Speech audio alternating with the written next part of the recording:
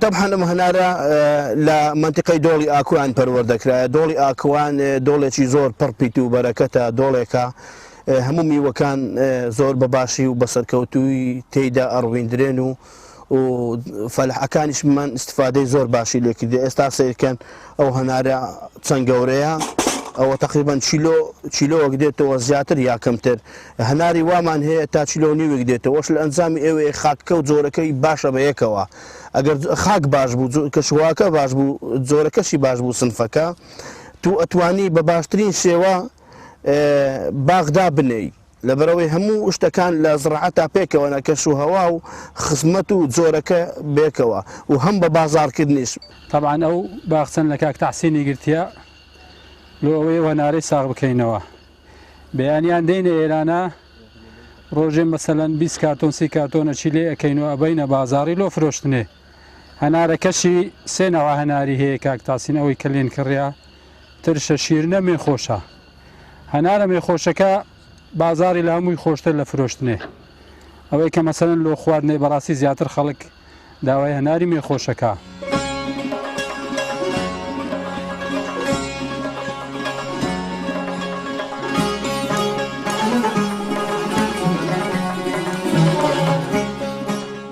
لە گوندی ئاکۆیانە مەسەلەن وەرزی هەنار لێکردنەوەی ئەو باخچەمان گرتێ لەو برابە ڕێزەی لەو زۆتیارەی دیارە هەنارەکەی بەڕاستی هەنارەکی زۆر جوانە. ئێمەش مەسەلەن مشترین هەیە لۆ مەسەلەن لێکردنەوەی، بەڵام ئەو هەنارێک کە لێکەوە مەسەلەن ئەمە شێوەی لێکەوە کلکەچی پێوە بەجێدەی لەوەی لۆ هەرگرتنەیە مەسەلەن کابرا پاش باوەچکە دەهیتە بازار، بەڵام کەدا ئەنی مەسەلەن کارتۆنی یا لە حاردی ئاوە لەسەر خۆدای ئەنەی لۆ ئەوەی نەگوێت، چونکە ئەگەر گوواوە بەرداوە حاردی یەکسەر لەو شوێنێکی ئەگوێت لەو شوێنەی ئەرزیت، بۆیە نابی هەنارەکە بگوێت. هەنارەکی زۆر جوانە بەڕاستی، زۆر جوانشی دەحمەل هینایە ئاویدایە، هەنارەشی تابرەی بە تام و چێژە. طبعا هۆکاری سەرەکی ئێمە کە دارمان چاندیە زۆر حەزمان لە ژینگەیە، خۆمان پێ بە ژینگە دۆست هەژمارەکەین. ژینگەمان خۆشەوە، ئەمانەوێ ڕۆمان هەبی لە سەوزکردنی کوردستانە، ئەمانەوێ دەستی فەلاح بگرین لەبەرەوەی فەلاح لە چینە هەرە چەوساوەکەیە. جا بۆیە هاتین چەند سنفەی هەنارێکی زۆر باشمان هیناوە، 12 جۆری باشمان هەیە، بەس ناو 12 جۆرە هەرە باشەکەی 4 سلفی زۆر نایابوو تایبەت هاتینە. هەنارمان هەیە لە 20 سانتیم هەناری ئەگریت، هەنارمان هەیە لە 20 سانتیم هەناری ئەگری کە دەبیتە 8 سار 9 سار دەبیتە مەتر نیوێک، بەڵام 2 سندوق ئەدات، یعنی 50 کیلۆ تا 40 کیلۆ ئەدا فەرمەوە بە چاوی خۆتان ببینن. ئەگەر قسە لەسەر هەناری ساڵەخانی بکەین، تەبعاً ئەمە هەناری ساڵەخانیە، هەنارێکی زۆر باشە، بەڵام هەناری ساڵەخانی یەک حادەتی هەیە، بنقەدەکەی یعنی بنقەدەکانی ئەو بنقەدانەی زۆر هەناری باشن، بنەکەی زۆر هەناری باشە، بەڵام کە دێ سەری هەنارەکە ئەوە بنەکەی تیفەر و بنەکەی زۆر باش و پڕئاو و جوانە. ئەوە بنەکەی کە دێ سەر سەرقەدانەکەی بە حکمی ئەوەی یعنی ئاو خواردن و خۆراکەی پێوەسە ناکەویت،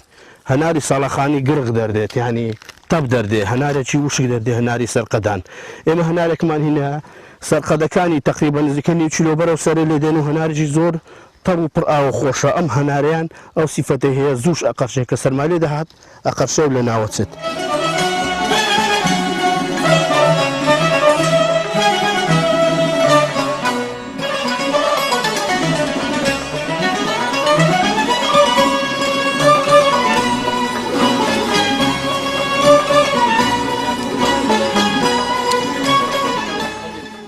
بەس بەڕاستی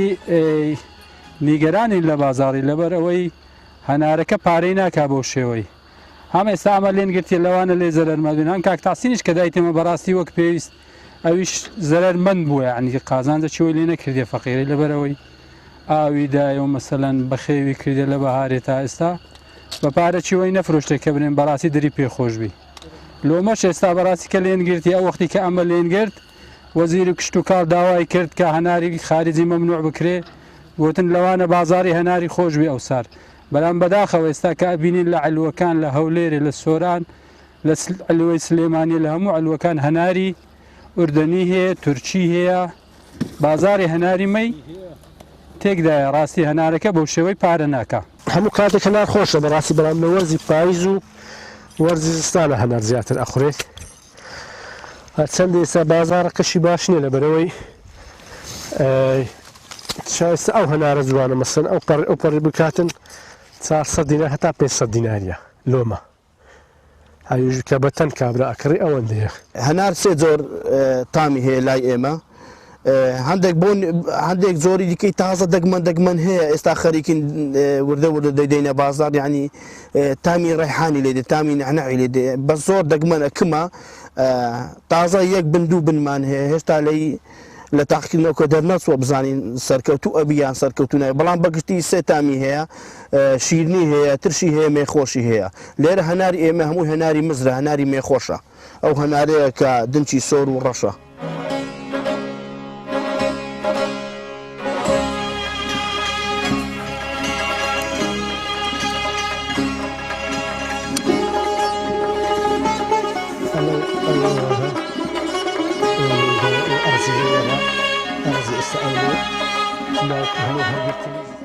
ئەوەی ئێستانێکە داخوازی داواکات لەسەر هەنار زۆر نییە لەبەر ئەوەی هەموو خەڵک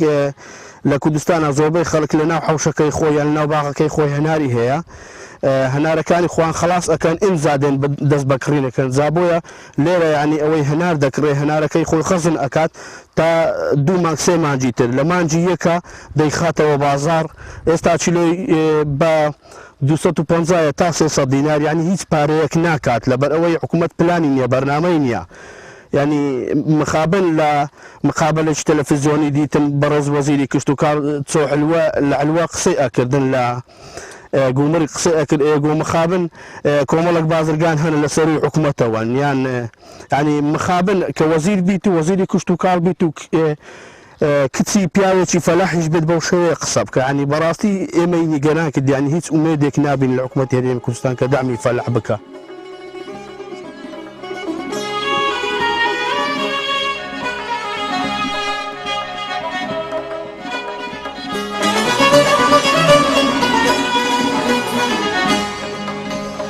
هەنارەکەی لە ناو قەدایە لە سەرەوەی نیە زیاتر لە ناو قەدایە مەسەرەن پێرن ناودڵی هەناریە ناودڕەکەی هەناری جوانی گرتی ڕاستی کە تەماشەکە ئەو پێدەنها زۆر جوانشمای تێستا ئەوە زۆر جوانگەیە هەنارەشی تا بڕی بە چێژ و بە تامیشە ئەو زۆر هەنە بەڵام ئەو مەسەرەن ئەوە قەرشیە ستا ئەوە لە بازاری دەبێتێ بەڵام بە وەکو کڕیاری کەمترە ڕاستی ئەوە کڕیاری زیاتر ئەویان هەنار بە زۆر شێوە بەکاردەهێنرێت هەنار هەم دنکەکانی لەگەر زەڵاتە ئەکرێن هەم بەسرکە لەگەر شیوە دەئەندرێ هەم وەکو شەوچەلە ئەخورێت هەم وەکو شەربەتیش بەکاردێنرێت لە ئێستادا بۆ هەرگرتن خەڵک فێر بووە هەنار دەکوشیتە ناو جەلیکانێک و یان ناو چەند بێکی خاوین و پاک لە ناو بەڕادیدا ئەنی هەری ئەگریت بۆ دستان لە ناو سەلاجە و مجەمیدە و ئانا و شێوەی تریش هەیە هەرگرتنەکەی بەو شێوەیەش ئەتوان هەری بگرن بۆ دستان و زۆرێکی دیکەشیان هەیە پێی ئەگۆترێ مێلاق ئەتوانن بابرێن بەو شێوەیەش هەری بگرن هەنار بەو شێوەیەش هەر ئەجیرێت کۆمەڵک هەنار بەیەکەوە بەستن جاران باو باپیرانمان بەو کرداریان گۆتیە مێلاق ینی پێیان گۆتینە مێلاق بەو شێوەی زیاتر ئەمینێتەوە بە سەقف و بنمیتی دارەکانیان وەکردووە لە ڕۆی کشت و کاڵیەوە ئەو منتیقە بەڕاستی بە زۆری بە هەنار بە ناوبانگە دەگەترێ بەڵام بەڕاستی حکوومەت هیچ ئیحتیمامی بە منتیقەی ڕواندز و دۆڵی ئاکۆیان نەدایە کە بەڕاستی دۆڵی ئاکۆیان بە دۆڵی شەهیدان مەشهورە ئەو گوندانە هەموو بە زیادەوە یعنی گوند نییە شەهیدی بە زیادەوە نەبێ یعنی 50 شەهید 100 شەهید 200 شەهیدی هەیە ئەو منتیقە بەڵام بەڕاستی وەک پێویست پەرە بە خەڵکی ئەو منتیقەی نادەن هیچیان لۆ دابین نەکردینە دەوای ئێستا ئەو منتیقە ساردخانە چی لێ وایە لۆ ئەوەی خەڵک بەروبوومەکەی لە کاتی کە پارەی کەمەکە لە ساردخانەی دانابە ئێستا مەسەلەن ئەگە ساردخانەی لێ وایە ئەو منتیقە ئێستا ئەمە وەنارە نافرۆش لە ناو ساردخانەندانە هەتا زستانێ ئەو وەختی کە پارەی باشێ کرد.